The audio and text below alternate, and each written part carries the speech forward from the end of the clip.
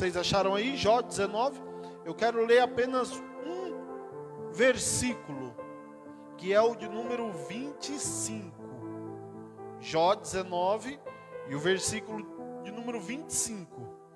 Diz assim, ó: porque eu sei que o meu Redentor vive, e por fim se levantará sobre a terra.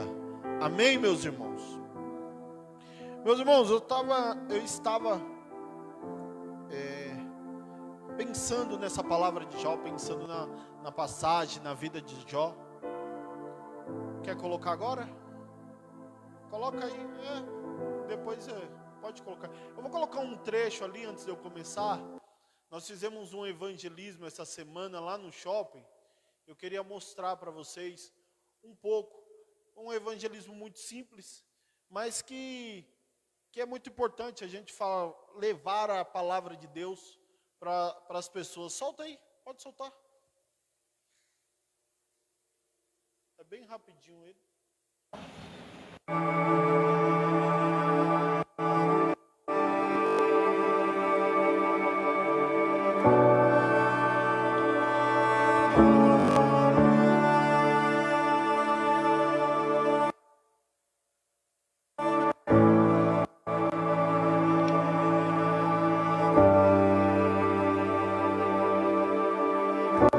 You call me out upon the waters, the great unknown, where feet may fail, and there I find you in the mystery, in oceans deep, my faith will stand.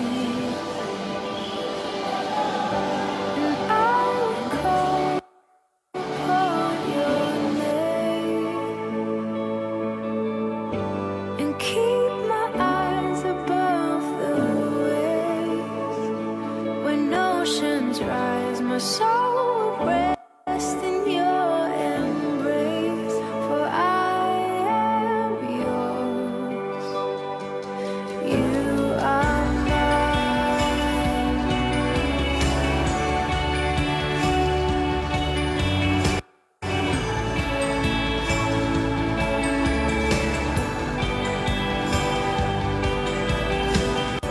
Your grace abounds in deepest waters, your sovereign hand will be my guide. My feet may fail and fear surrounds me. You've never failed, and you won't stop now. So I will call upon your name and keep my eyes above the waves. When oceans rise, my soul will rest in your embrace, for I am yours, and you are mine.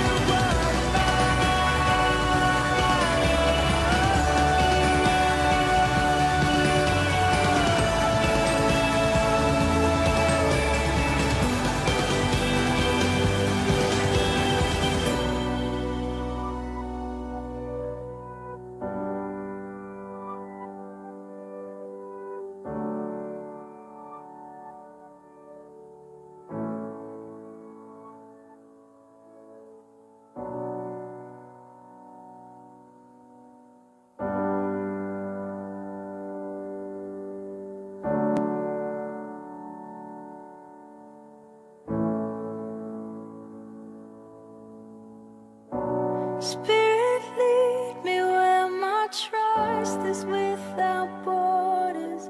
Let me walk upon the waters wherever you would call me. Take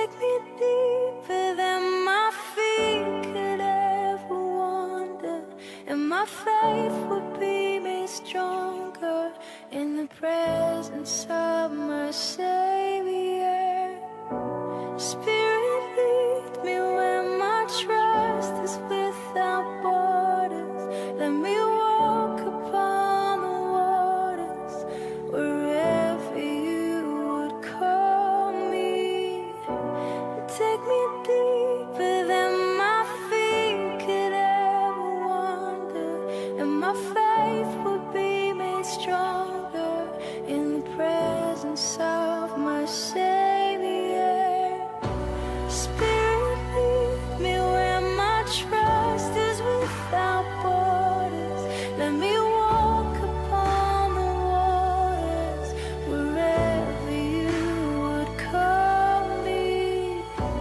Take me deeper than my feet could ever wander, and my faith. Foi esse um pouco do evangelismo que nós fizemos. Nós entregamos bastante papel, só que nem todos deu para pegar a reação das pessoas ali. Mas teve pessoas que chorou. Fala, pessoal, Aquela menina que estava tranquilo. ali atendendo ali, na hora que ela leu, ela chorou, porque é algo que te pega no meio do seu dia sem você estar esperando, né? E a maioria ficava assim pensando. E você poder levar a palavra de Deus para as pessoas de uma forma simples, né? Sem ser invasiva, sem ser grosseiro, é muito bom, porque a palavra por si ela já se fala, né? Muitas vezes as pessoas querem fazer o papel do Espírito Santo, ela quer explicar, quer falar, mas não, às vezes é só uma palavra, mais nada. O Espírito Santo faz todo o resto. Você viu aquela mulher que ela falou, sério? Eu cortei ainda um pedaço, você não sabe, ela ficou mais de 1 minuto lá. Eu coloquei o papel na frente dela, que o evangelismo era assim, nós passávamos e falávamos assim, boa tarde, colocava o papel e saía andando. Aí eu falei para ela, boa tarde, coloquei o papel e saía andando, ela ficou lá. Aí a amiga do lado dela estava falando com ela, ei, pss, pss. Ela, o que foi? Ela, o rapaz passou e deixou o papel aí, você não viu? Ela, sério? Não vi. Perde a benção e nem percebe, né? Eu fui evangelista por 10 anos, então eu amo o evangelismo, fazia evangelismo na Cracolândia, em tantos outros lugares, então é algo que eu gosto muito. Mas vamos voltar aqui para a palavra. Aqui o versículo que nós lemos é um versículo muito conhecido, porque eu sei que o meu Redentor, ele vive, e que por fim se levantará sobre a terra. Essas são as palavras de Jó. E quando Jó, ele traz essas palavras, ele fala, ele declara que ele sabe que o Redentor dele vive. Ele não está em uma situação, vamos se dizer assim, favorável. Era uma situação extremamente difícil para qualquer um. Se você parar para pensar na história de Jó, ele vem sofrendo uma sequência de derrotas na vida dele muito dura. A primeira coisa que acontece, ele é atingido diretamente na sua vida financeira. Ele perde tudo que tem. Jó, ele era um homem muito rico. E se você voltar lá no capítulo de número 1, você vai ver que Satanás, ele vai 2 vezes na presença de Deus. A primeira vez que ele vai na presença de Deus, ele fala que Deus abençoa Jó, porque que Jó adora a Deus, porque Deus abençoa ele. Falou, tudo que Jó faz, o Senhor abençoa, a sua bênção está sobre Jó.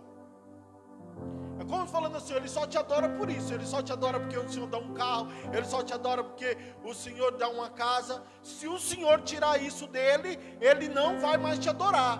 O Senhor protege os filhos dele, a família dele é uma bênção. Eu duvido, se o Senhor tirar isso dele, ele vai continuar te adorando, ele vai blasfemar na sua cara.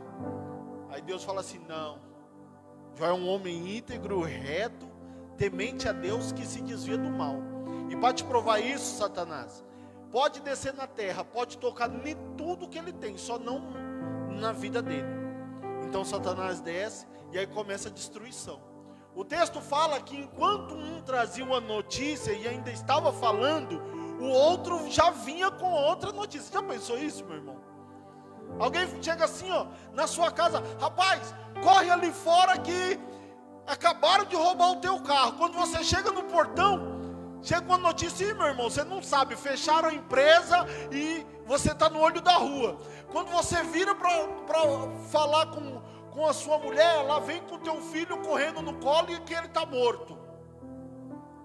Foi mais ou menos isso. Trazendo um pouco para os dias de hoje, parafraseando, foi mais ou menos isso. Uma atrás da outra.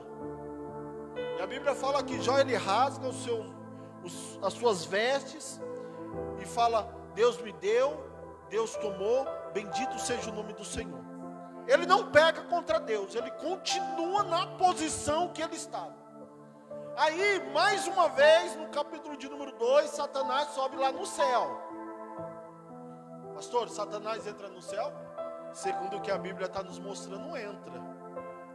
Estava tendo uma reunião lá entre os anjos e Deus, e ele está lá mais uma vez. Deus fala, onde que tu vens? Ele fala de rodear e passear pela terra. Aí Deus fala de novo, tu observaste meu servo Jó?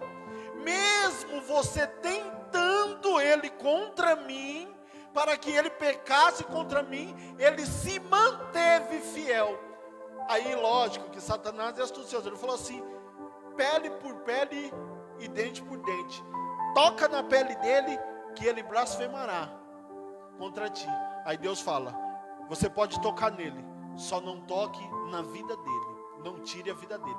Aí Satanás desce mais uma vez e lança uma doença sobre Jó, do qual a Bíblia não fala, mas vai falar que nasceu feridas da cabeça até os pés, e que Jó se coçava com um caco de telha.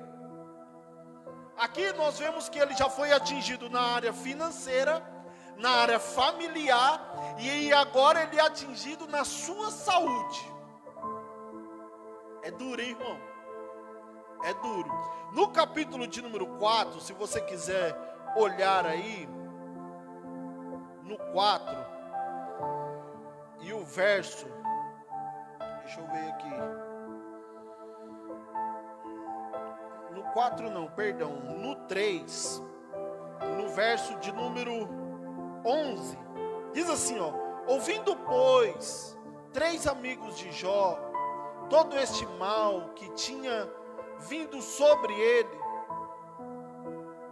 todo esse mal que tinha vindo sobre ele, vieram cada um do seu lugar, Elifaz o temanita, e Bildade o suíta, e Zofar o namatita, e concertaram junto com Jó, e concertaram juntamente, fizeram condoer-se dele, e consolaram, e levantando de longe os olhos, e não conhecendo, levantaram a voz e choraram, e rasgando cada um o seu manto, sobre a sua cabeça lançaram pó ao ar, e se assentaram juntamente com ele na terra, 7 dias e 7 noites, e nenhum lhe dizia palavra alguma, porque viam que a dor era muito grande.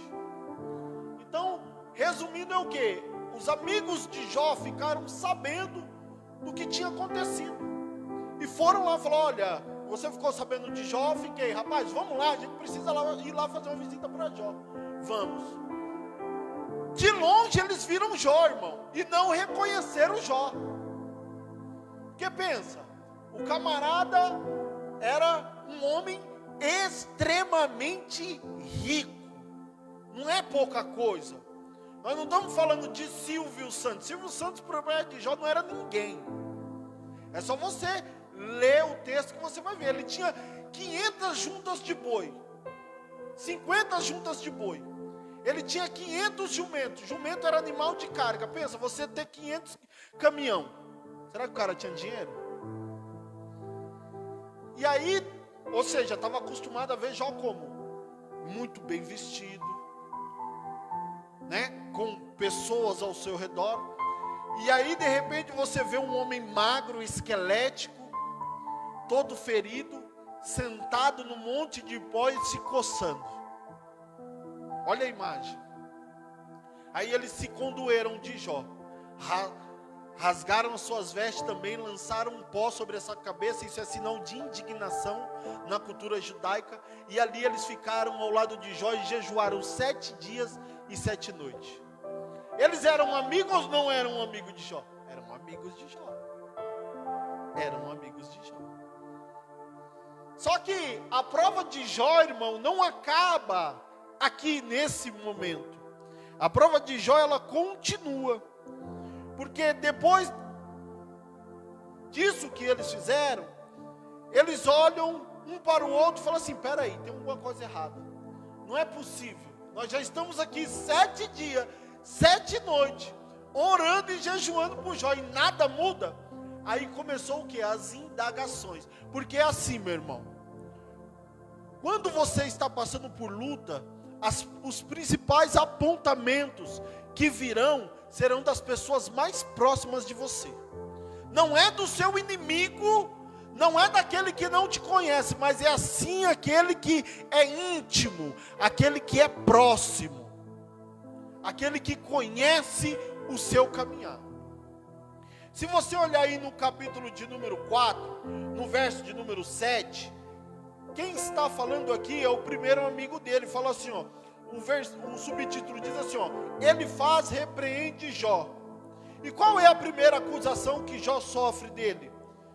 Que Jó pecou e está colhendo o fruto do seu pecado. No verso de número 8, nós podemos ter uma noção do que ele está falando, ó. Segundo eu tenho visto, os que lavram iniquidade, semeiam mal, cegam isso mesmo. Ele está falando assim, ó: Jó, se você está passando por isso, é porque tem pecado aí. Jó, se isso está acontecendo na sua vida, é porque algum mal você fez. Porque cegar iniquidade é o quê? É plantar iniquidade, é plantar pecado. Iniquidade é pecado. Ele falou, se está acontecendo, é porque você pecou, Jó. Imagine só, meu irmão, você inocente, você naquela prova, naquela luta, o camarada que é seu amigo fala assim: fala a verdade, o que você andou aprontando? Fala a verdade, porque não é possível, ninguém passa por algo assim, sem não ter aprontado alguma coisa. A segunda acusação que Jó sofre, é do seu segundo amigo, está no capítulo de número 8.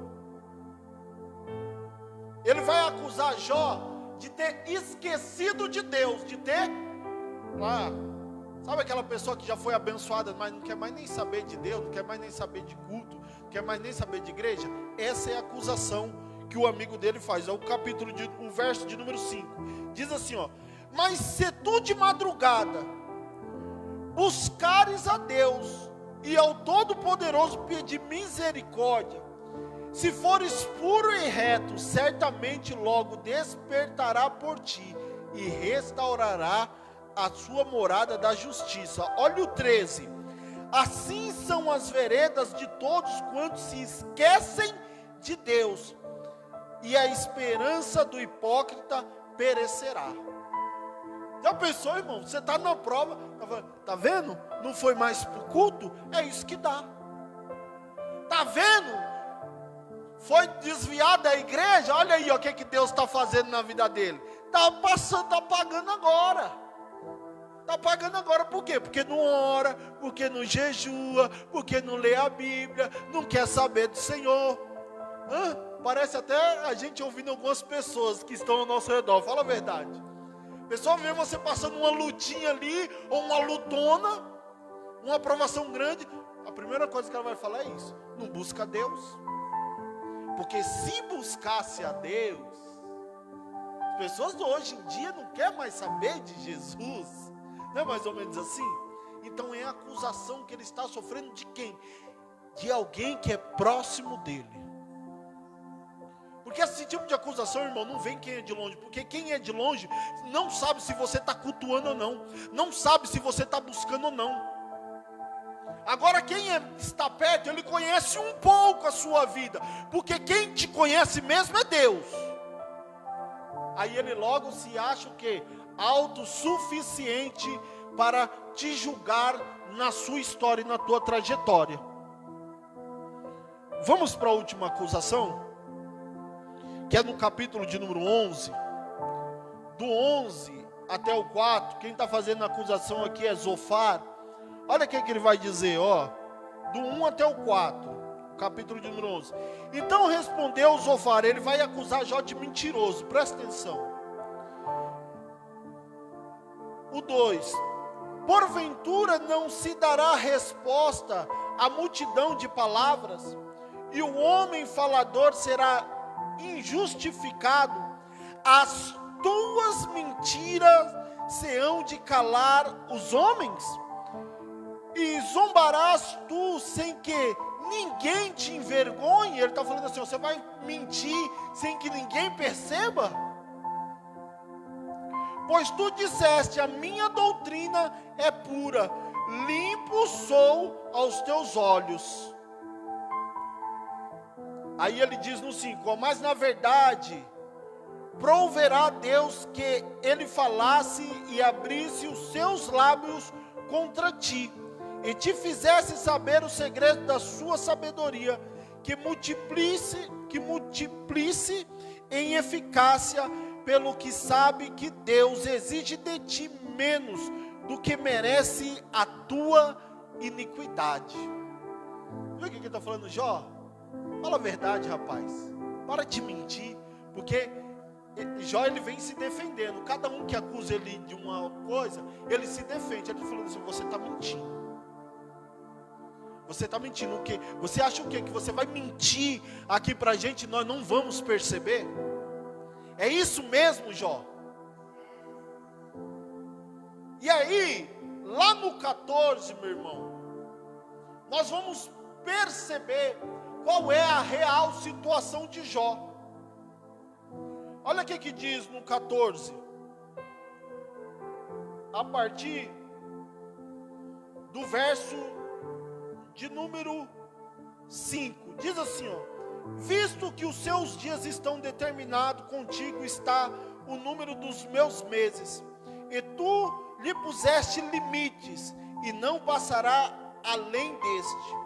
Desvia-te dele, para que tenha repouso, até que com o jornaleiro tenha contentamento no seu dia. Perdão, não é o 14 não, irmão, é o 19, eu estou lendo o errado, tá? Por isso que eu estou vendo, não tem nada a ver com o que eu estou lendo aqui.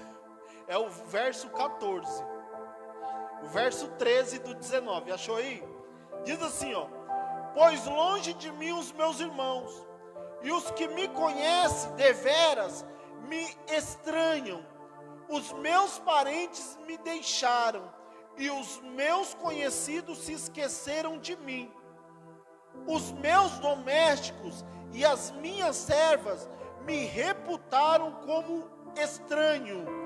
Vim a ser um estranho aos seus olhos. Chamei o meu criado, e ele me não respondeu. Cheguei a suplicar com a minha boca. O meu bafo se faz estranho à minha mulher, e a minha súplica aos filhos do meu corpo. Até os rapazes me desprezam, levantando-me eu, falando contra mim.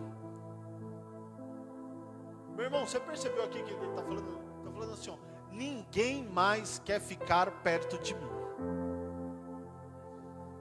Ele fala que o bafo dele, o hálito dele, nem a mulher dele mais está suportando. Olha a situação que Jó está. Ele foi atingido na área financeira, ele foi atingido na área familiar, porque ele perdeu todos os filhos. Ele foi atingido na vida, na sua saúde, e agora ele está sendo massacrado moralmente, psicologicamente e emocionalmente por todos aqueles que estão ao seu redor. Ele fala dos conhecidos, eles falam dos que são próximos, eles falam dos que eram seus servos, ele fala do estado físico dele, e os amigos dele estão ali massacrando ele. nesta situação que Jó, ele faz essa declaração: eu sei que o meu Redentor vive, e por minha causa, vamos ler aqui, eu sei que o meu Redentor vive, e que por fim se levantará sobre a terra. O 19, o versículo de número 25. Agora fala para mim, meu irmão, como que um homem, na situação que o Jó está, consegue ainda glorificar o nome de Deus, exaltar o nome de Deus? Era para Jó estar, sabe, não querendo saber, ouvir falar de Deus, porque a situação dele foi do máximo ao zero, a menos zero. As pessoas estavam repudiando, porque quando nós lemos assim, ouvir por cima a história de Jó, nós não conseguimos compreender quão profundo foi o sofrimento dele. Imagina só, você está doente, está sofrendo, perdeu tudo. Você chama um daqueles que foi o seu criado, porque a Bíblia fala que ele teve muitos criados, que você ajudou tanto, fala: amigo, vem aqui. Ele finge que nem te conhece.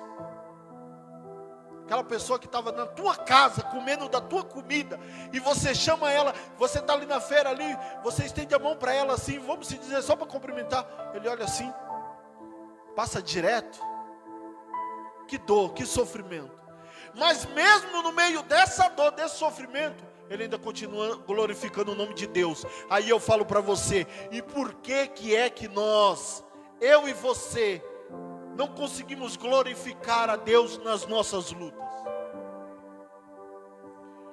Por que é que nós passamos por algumas provações? Eu não quero aqui medir a minha prova com a tua, e nem a sua com a minha, mas nós logo pensamos que Deus nos abandonou, que Deus não está conosco, que Ele não está agindo mais, que Ele não tem mais poder para fazer, que Ele nos desamparou. Por que é?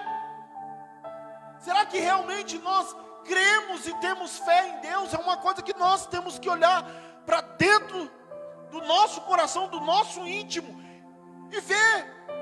Porque, irmão, o que ele está passando aqui é muito. Tem pessoas que perderam um filho. Eu não quero aqui falar de dor de perder filho, porque só quem passa sabe, não é verdade? Eu sei que é doído, mas imagina você perder 10 no mesmo dia. Meu irmão, não é fácil não. E aí depois que você perdeu tudo, ainda vem uma doença sobre a sua vida, uma enfermidade que te lança. É doído.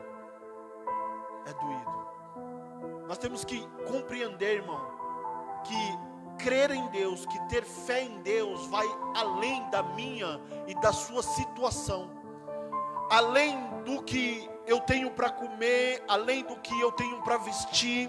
Porque se a minha fé em Deus se pauta só naquilo que Ele faz e permite chegar em mim de bom, a minha fé ela é parcial. Porque se eu creio em Deus, eu tenho que crer na salvação. Ou seja, esse plano aqui que nós estamos agora, ele é passageiro. Ele é passageiro. Por mais sofrimento que venha, ainda vai continuar a sua vida depois que você morrer. E se você não guardar a sua fé, o que será da tua salvação? Se eu decido abandonar a Deus porque as portas se fecharam, porque eu estou passando por uma dificuldade, se eu decido blasfemar contra Deus porque eu não tenho saúde, e eu não quero ser aqui insensível a quem está passando por dificuldade, mas eu estou falando assim, se você parar de acreditar em Deus, você perder a sua fé em Deus por isso, meu irmão, você realmente nunca creu em Deus de verdade. Porque crer em Deus não é crer naquilo que Ele faz, é crer naquilo que Ele é. Porque Deus Ele é. Presta atenção, existe luta, existe tribulação e existe provação. Luta é quando o inimigo se levanta contra a tua vida. Uma luta muito grande. Por exemplo, você começa a passar por dificuldade dentro do teu casamento, e tem muito isso. O inimigo lança seta, começa a brigar. Por nada, começa uma briga. E ali vai a semana toda, vai o mês todo. Daqui a pouco vem aquele esfriamento. Isso aí são lutas. Isso aí são lutas. Tribulação é o quê? É quando você peca e tem a consequência do teu pecado. Tem a consequência do teu pecado. Você é casado? Você traiu a tua esposa, ela descobriu, vem o que? Aquela tribulação, aquela briga, aquela discussão, aquela loucura dentro de casa. É uma tribulação, você está colhendo aquilo que você plantou. E provação é quando Deus te pega. É quando Deus permite vir até você. E por que vem a provação? Para que Deus possa saber até onde que eu vou? Não. Para que eu possa amadurecer, crescer e evoluir. Porque quando nós chegamos no evangelho, irmão, que nós conhecemos, nós somos igual criança. Nós somos igual criança. Você come o que dá, não é verdade? Quando você se converte, você não consegue pegar a Bíblia e ler um texto e falar, olha, Deus falou isso comigo. É uma dificuldade, meu irmão, não é verdade, Bruno? Você pega a Bíblia assim, você fala, meu Deus do céu, eu não vou ler isso aqui não. Eu não entendo nada. É igual criança. Criança, ela não consegue produzir o seu próprio alimento. Precisa de alguém que traga para ela e muitas vezes dê na boca dela, né, irmã Márcia? Olha, toma filho, vai ser bom. Muitas vezes, o que você faz quando seu filho é pequeno? Ele não quer comer, mas você obriga ele a comer. Vai comer porque faz tempo que você não come o arroz, o feijão. E muitas vezes na igreja é assim, você não quer aceitar aquilo que está sendo feito, mas é necessário que seja pregado, porque isso vai fazer bem para a tua vida.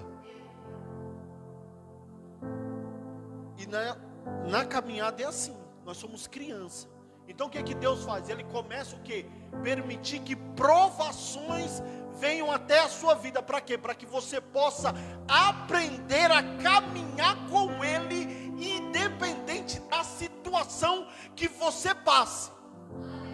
Você quer ver uma coisa?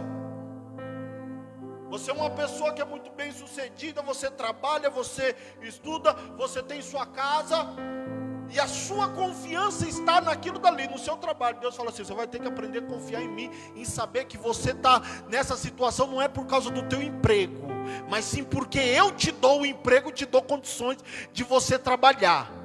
Aí o que ele faz? Fecha a porta. Fala assim, não.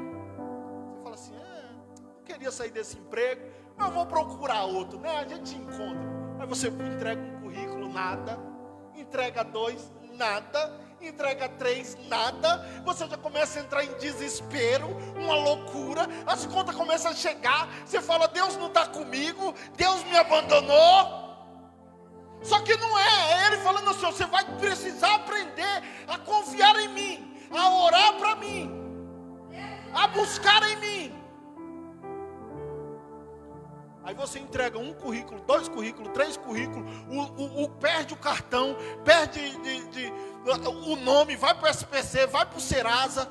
Você olha para a sua vida, mas eu não estou pecando, eu estou fazendo tudo certo. Talvez eu vá na igreja ou não, isso não define pecado, porque você deixar de vir na igreja não é pecado. Mas você olha e fala, está tudo certo, eu respeito o meu esposo, respeito a minha esposa, os meus filhos, por que isso está acontecendo? Meu Deus, olha meu sofrimento, olha a minha dor. Aí Deus está falando assim, me busca. Põe a cara no pó. Eu posso falar disso, irmão. Porque pensa num camarada que já foi provado na área financeira. Pensa. Aí Deus fala assim, o seu sustento não vem do teu emprego. O teu sustento vem de mim. Eu passei por uma situação um tempo atrás, irmão. Quando eu cheguei na igreja, eu sempre gosto de falar isso, quando eu cheguei na igreja, eu nunca fui na igreja. Eu era do mundão. Nada de igreja, minha vida inteira.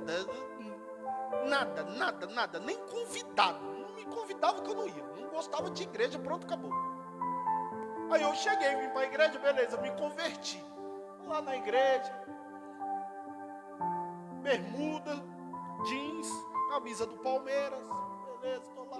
Eu sempre ouvi os irmãos falando, porque Deus mandou uma pessoa lá na minha casa, quando acabou tudo, com a cesta básica. Eu ficava olhando assim, eu falei, será que isso é verdade? Porque não é possível, quando, bem na hora que acaba, chega a cesta básica lá, chega uma pessoa que você nem conhece, chega lá com... Toda vez que eu escutava esse tipo de testemunho, irmã, eu ficava incrédulo. Acho que Deus falou assim, você vai aprender então. Na minha casa ficou todo mundo desempregado. Eu, minha mãe, minhas irmãs, ficou todo mundo desempregado. Falei, meu Deus do céu, e agora? Estamos na luta. Naquela prova você fica desesperado, né? Meu irmão, por Deus, todo final de semana vinha uma irmãzinha com um carrinho de feira. Minha mãe é mais crente mais tempo do que eu, né? Porque eu era novo convertido. Ela chegava, chamava, irmã Cleusa, o Pete está aí, que ela me chamava de Pete. O Pete está aí, o irmão Pete está aí. Minha mãe tá. Por que ela não falava assim, ó, Deus mandou trazer para você? Eu falava, chama ele para mim. Aí minha mãe me chamava, ela falava assim, ó, Deus mandou eu te trazer, e eu trouxe aqui. Aí me entregava o carrinho, irmão, tinha tudo. Arroz, feijão, carne, até refrigerante. Eu ficava olhando assim, eu falei, gente, como que essa irmã sabe que eu estou precisando, que eu não falo, irmão. Posso estar na maior prova, eu não falo, eu falo com Deus. Quem me chamou foi Ele, quem me sustente é Ele. A maior prova do mundo, irmão. Eu falei, meu Deus do céu. Passava uma semana, lá vinha ela de novo. Irmã Creuza, chama o irmão Pete aí para mim. Toma. Aí Deus falava, e eu falava, Senhor, não estou entendendo. Aí Deus falava assim, você precisa aprender a ser dependente de mim. Você precisa aprender a confiar em mim, a caminhar comigo. E você só vai aprender se eu tirar tudo e você só caminhar, eu e você. Você lembra José do Egito? Foi vendido, primeiro ele foi espancado, foi jogado na cisterna, foi vendido, depois foi vendido de novo para a casa de Potifar, foi acusado, caluniado e foi preso. E ali depois ele foi para o governo. Eu estava meditando nessa palavra e Deus falou assim comigo, sabe por que José passou por tudo isso? Porque ele precisava entender que ele dependia de mim, não era do pai dele, porque ele levava más notícias dos seus irmãos. Então quando os irmãos dele sabiam que iria pegar ele, o que ele fazia? Corria para debaixo das asas do pai, e o pai não deixava. Aí Deus falou assim, você está achando que é teu pai que te protege? Vem cá, vou te levar para longe. Aí ele começa a sofrer, padecer. Para quê? Para ele entender que ele depende de Deus. Jó, ele entendia isso. Ele entendia que Deus estava acima de tapinha nas costas. Deus estava acima de uma boa saúde, de vigor físico. Deus estava acima de uma mesa com os filhos em volta, que isso eram coisas passageiras e que o Senhor era eterno. E eu e você precisamos entender isso, irmão, que caminhar com Deus não depende daquilo que Ele faz. Não depende daquilo que Ele faz. Não apoie a sua vida naquilo que você tem ou naquilo que você é. Porque nós somos como um sopro. Foi o que ele falou para Adão. Do pó você veio, para o pó você voltará. Contados estão os teus dias. E Deus. E quando acabar esse plano aqui? Vamos supor. Você é um homem rico. Elon Musk. Bilionário, né? Um dos mais ricos. Bilionário. Tem tudo aqui. Tem tudo. Se ele, o que ele quiser, ele compra. Acabou de comprar até o Twitter aí. Mas ele não tem Deus. Quando passar para outro plano? Você não leva, irmão. Você pode vestir Louis Vuitton, Gucci, você pode vestir Armani, você pode andar de Ferrari. Não entra, filho, não leva, não adianta. Quando morrer, vai para o mesmo lugar todo mundo. Um buraco e terra em cima. Acabou. O seu caixão pode ser até o mais caro do mundo. Mas é para o mesmo plano. E ali, a partir dali, é você e Deus. E aí? As pessoas falam assim, o diabo quer roubar a tua casa, o diabo quer roubar a tua família, o diabo quer... Não, o diabo não quer isso. O diabo não está preocupado se você é rico ou se você é pobre. O diabo não se preocupa se você tem saúde. Não é essa a preocupação do diabo. A preocupação do diabo é única: se você vai continuar crendo em Deus e ser fiel a Deus até o último dia da sua vida. Você pode ver que ele usa essas coisas não para entristecer a Jó, mas para fazer Jó pecar contra Deus. Ele falou, vou tirar o dinheiro dele que ele vai pecar. Ele não quer saber se Jó tem dinheiro ou não, irmão. Porque se você tem dinheiro e não adora a Deus, é a mesma coisa de você não ter. Eu vou tirar a saúde dele, porque eu quero ver até onde que ele vai. Eu vou tirar o filho dele, ele ama tanto esse filho, né? Então vem cá, me dá o teu filho que eu quero ver. Ele não se importa se você tem ou não tem filho, se você tem ou não tem uma família abençoada. A única coisa que ele se importa é se você adora o Senhor, se você se mantém fiel ao Senhor. E dura coisa se manter fiel no dia da provação. Dura coisa se manter fiel no dia da provação. Porque você olha para o seu armário, está vazio. Está igual lá do pica-pau. Lembra do pica-pau quando tem a fome? Tem até a teia e ele sentado lá com a morte lá na cadeira. A mesma coisa na tua casa. Aí você olha assim, você fala, meu Deus, mas a tua palavra fala que eu ia comer o melhor dessa terra. Será que o armário, esse armário é o melhor dessa terra? Eu vou ter que comer ele? Será que essa... né? Porque não tem nada. Senão você olha para alguém da sua casa, está doente. Fala, meu Deus. Você está entendendo? É nessa hora que o inimigo chega. É na hora da sua luta. Ele não vai chegar depois que você saiu de um culto maravilhoso, onde que Deus te fez promessa. Por quê? Porque você está cheio. Você está igual o Popó, meu irmão. O que vir você enfrenta, você derruba. Não, ele vai te pegar naquela hora do seu sofrimento, da tua angústia, da tua solidão, da tua tristeza. Aí ele vai vir e vai lançar a semente. Qual é a semente? A dúvida. Será que Deus é contigo mesmo, Gabriela? Será que Deus é contigo mesmo, Bruno? Se Ele é contigo, Bruno, então por que você passa por tanta luta? Por que a situação tem se apertado tanto?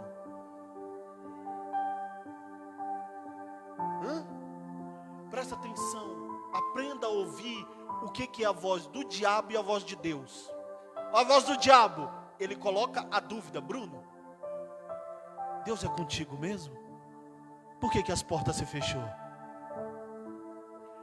Olha o Espírito Santo, vai orar. Vai orar. Deus é contigo ainda. Está difícil, mas você vai ter vitória. O Espírito Santo, ele nunca lança dúvida.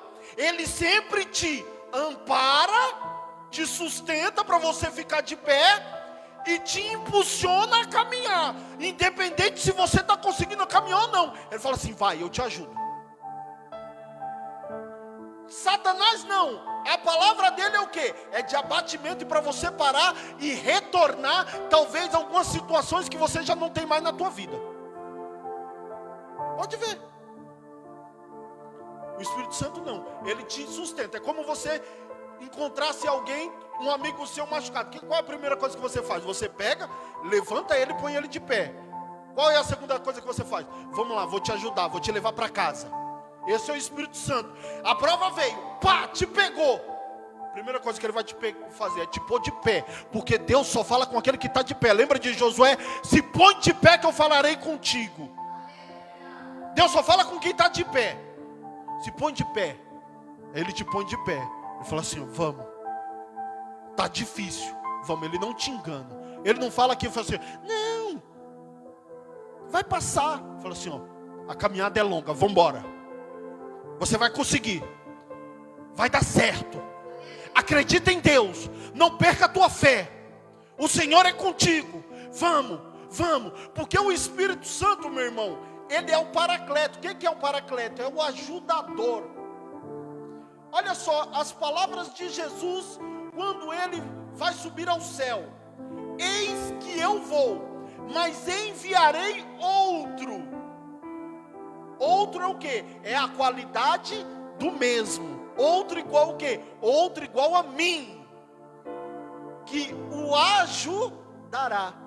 O Espírito Santo, a função dele aqui na terra é nos ajudar, é te ajudar. A Bíblia fala que ele te ajuda em um ponto que ele ora ao Senhor, ele interpreta as nossas orações com gemidos inexprimíveis, porque nós não sabemos orar. Sabe aquele momento que você já não aguenta mais nem falar, que você está igual Ana, só mexe a boca, ou talvez só as lágrimas rolam, porque não sai palavra? Ele está interpretando aquele sentimento que você está tendo lá no céu. Fala: olha, Senhor, olha do jeito que está a irmã. Olha do jeito que está a irmã Márcia, a tua filha, ajuda ela está precisando de ajuda, levanta ela, dá ânimo para ela, coloca ela de pé. Creia, meu irmão, que mesmo na mesma situação de luta, de sofrimento, de dor, o Senhor, Ele está contigo, Ele não te abandonou, Ele te sustenta, Ele te coloca de pé.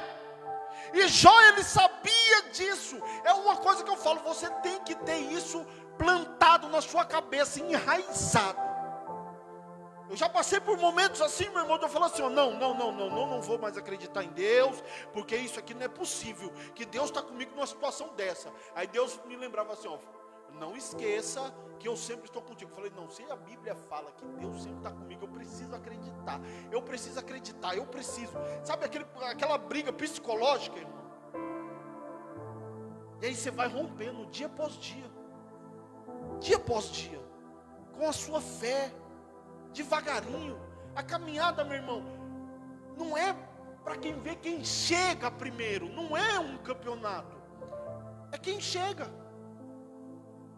É quem chega. Não é quem chega primeiro, por último, terceiro. Não é quem chega inteiro, é quem chega. É quem chega lá. Você pode chegar devagar, você pode chegar rápido, você pode chegar mancando, sem perna, com perna, porque o importante é chegar. A partir do momento que você chegou, meu irmão, a situação é totalmente diferente. Não deixe que o inimigo coloque na tua mente que acabou, porque só existe um que pode pôr um ponto final na sua história, é Deus. E Ele não colocou ponto final na tua história, Ele colocou uma vírgula que está falando assim: continua, siga em frente, porque eu ainda tenho coisas para contar, eu ainda tenho coisas para escrever.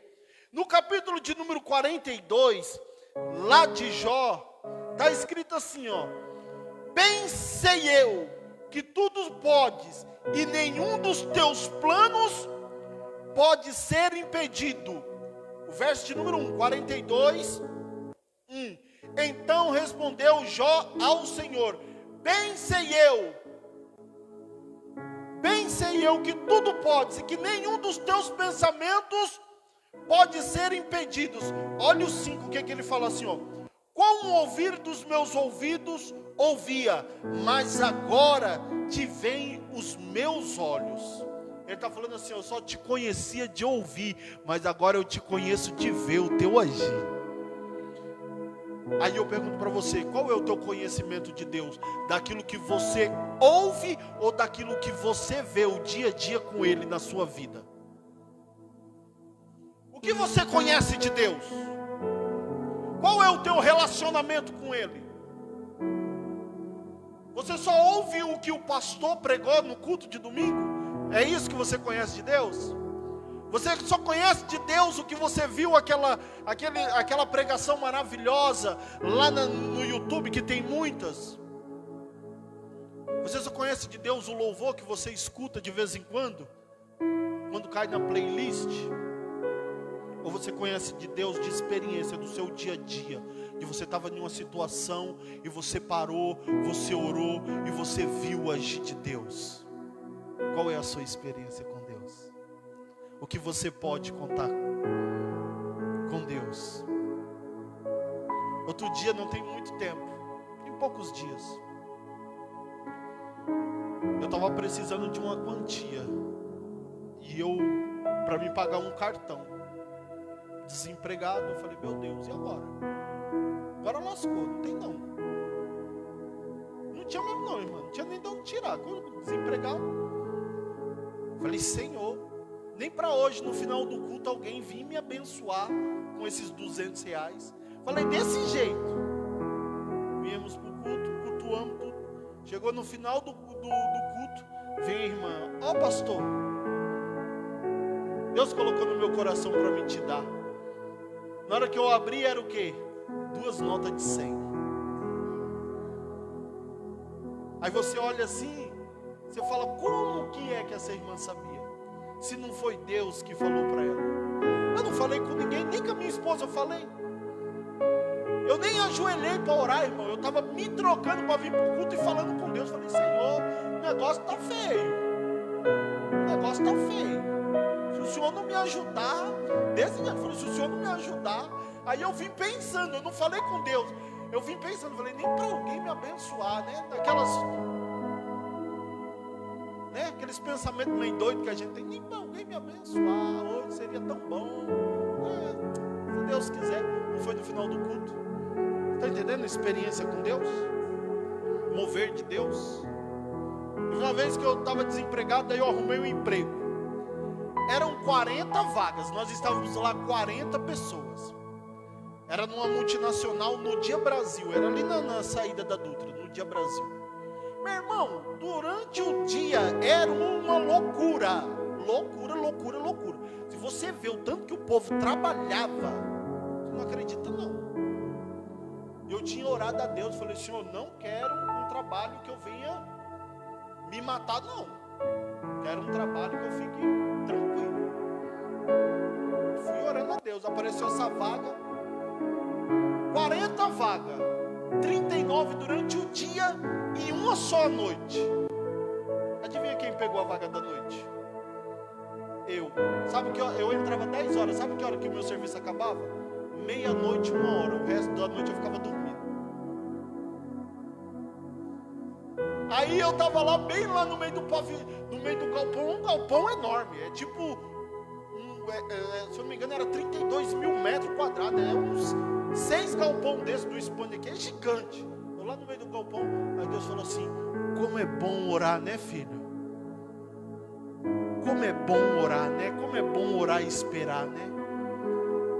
Aí, na hora veio eu orando lá, e eu olhei para o meu emprego, eu falei, é verdade. É verdade. Eu lembro outra vez também, que eu fiz um voto com Deus, eu estava desempregado, eu fiz um voto com R$2, irmão. Eu lembro até hoje, era 4 moedas de 50 centavos. Sabe aquela oferta que você até enfia a mão lá dentro da salva para ninguém perceber que você está dando moeda? Eu fiz um voto com Deus. Tinha um voto lá na igreja que eu congregava que se chamava Valente de Davi. Eu falei, Senhor, eu faço esse voto contigo, é a única coisa que eu tenho. Eu preciso de um emprego, mas eu não quero qualquer emprego não. Eu quero um emprego de segunda a sexta. Eu quero um emprego que eu não preciso levar marmita, porque eu já estou cansado de levar marmita. Esse negócio de ficar levando marmita, eu oro assim, irmão. Não quero levar marmita. Eu quero um emprego que tenha convênio médico, plano odontológico, com R$2, hein? E outra, eu não quero que seja mais longe do que a ponte de Cumbica. Não quero trabalhar para lá da ponte de Cumbica, não. E que seja das 8 da manhã às 6 da tarde, porque eu também não quero acordar tão cedo. Parece loucura, irmão, mas aprenda uma coisa, do jeito que você orar é o jeito que Deus vai te dar. O que a Bíblia fala? Não recebeis porque não sabeis pedir. Orei, arrumei um emprego, presta atenção como que Deus faz as coisas. Eu moro aqui, tem o vizinho da esquerda e o vizinho da direita. O da esquerda arrumou para o vizinho da direita. E eu estou lá, só vendo as conversas dele. Não, vai lá, que vai dar tudo certo, beleza. O da direita foi. Só que não deu certo para ele. O que ele fez? Me indicou. Quando ele me indicou, eu falei, vou lá, vou fazer a entrevista. Fui, fiz a entrevista. Plano médico, só que na hora você não lembra, né? Convênio médico, plano odontológico, VR, comer todo dia. De segunda a sexta, sabe na onde? Na Santos Dumont. Eu falei que não queria na onde? Eu falei, depois da ponte eu não quero não. Tem que ser da ponte para cá. Não me vem com o serviço lá para longe não. Já trabalhei longe, irmão. Trabalhei lá no metrô Conceição.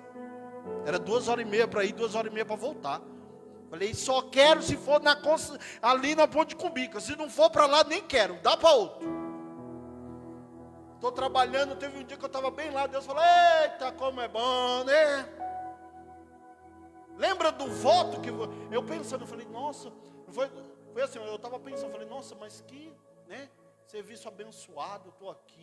Comia todo dia na churrascaria, irmão, porque lá na Santos Dumont é só churrascaria.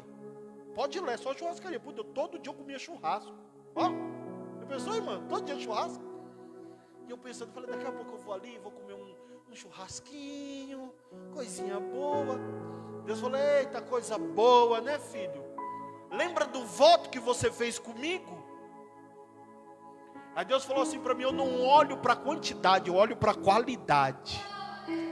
E é assim, você me dá, eu pego, multiplico e te devolvo. Na onde que foi, Peterson, que você pediu e na onde que é que você trabalha? Você trabalha depois da Ponte de Cumbica?